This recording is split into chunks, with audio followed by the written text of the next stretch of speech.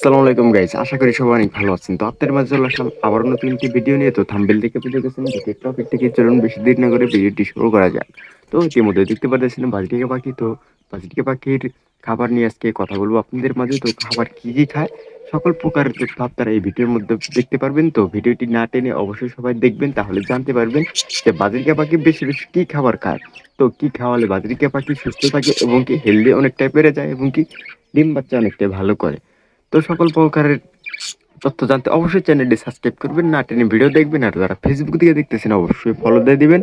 তো সবাই আশা করি ভিডিওটি দেখবেন, তো জানতে পারবেন যারা পাখি লাভার আছেন, যারা বাজিটিকে পাখি প্রতিনিয়ত পেলে থাকে, যারা নতুন অবস্থায় বাজিটিকে পাখি পালে তাদের জন্য ভিডিওটি অনেক উপকারে আসবে। তো আপনারা দেখবেন। তো আপনাদের এখন আমি দেখাবো সাধারণত বাজিটিকে পাখি সবসময় কি খেয়ে থাকে। চলুন দেখাই আপনাদের। তো বন্ধুরা ইতিমধ্যে আপনারা দেখতে পাচ্ছেন এই জায়গায় হচ্ছে এই আছে চীনা কাউন, সূর্যমুখীর বীজ, আপনার হচ্ছে কুসুম ফুলের বীজ, ক্যালপ্লেক্স, মিলেট, সাধারণত এগুলা ইত্যাদি আরো অনেক কিছু মিক্সিং করা আছে। তো এইগুলা সাধারণত প্রতিনিয়ত মানে ওদের খাবার দিই আর কি। তারপর হচ্ছে কি ফুড জাতীয় মধ্যে আপনার এলো এমনিতে মাঝে মধ্যে ঠান্ডা ভাতগুলো আছে, যে ভাতগুলা সেই ভাতগুলা দিই। আবার অনেক সময় দেখা যায় যে বুট আছে, বুট সেদ্ধ করে দিই, গম সেদ্ধ করে দিই। ওদের সপ্তাহে 2 বার কিংবা 3 বার আমি ওদের দিয়ে থাকি।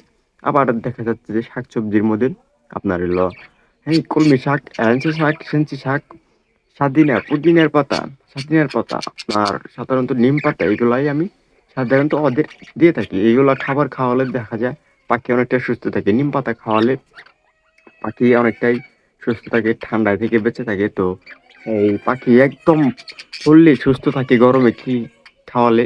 তো এরকম সব মিলিয়ে একটি ভিডিও আমার চ্যানেলে দেওয়া আছে, অবশ্যই গিয়ে দেখবেন, তাহলে অনেক কিছু জানতে পারবেন বন্ধুরা। তো ঘুঘু পাখি নিয়েও আমার চ্যানেলে অনেক কথা আছে, যে ঘুঘু পাখি যারা নতুন অবস্থায় পালে ঘুঘু পাখি ডিম দেয় না, দেখা যায় এই কিনে আনার পরে মাসের পর মাছ চলে যায়, ডিম দেয় না। তো ডিম কেন দেয় না ওই সব মিলিয়ে একটা চ্যানেলে ভিডিও দেওয়া আছে, অবশ্যই গিয়ে আপনারা দেখবেন বন্ধুরা।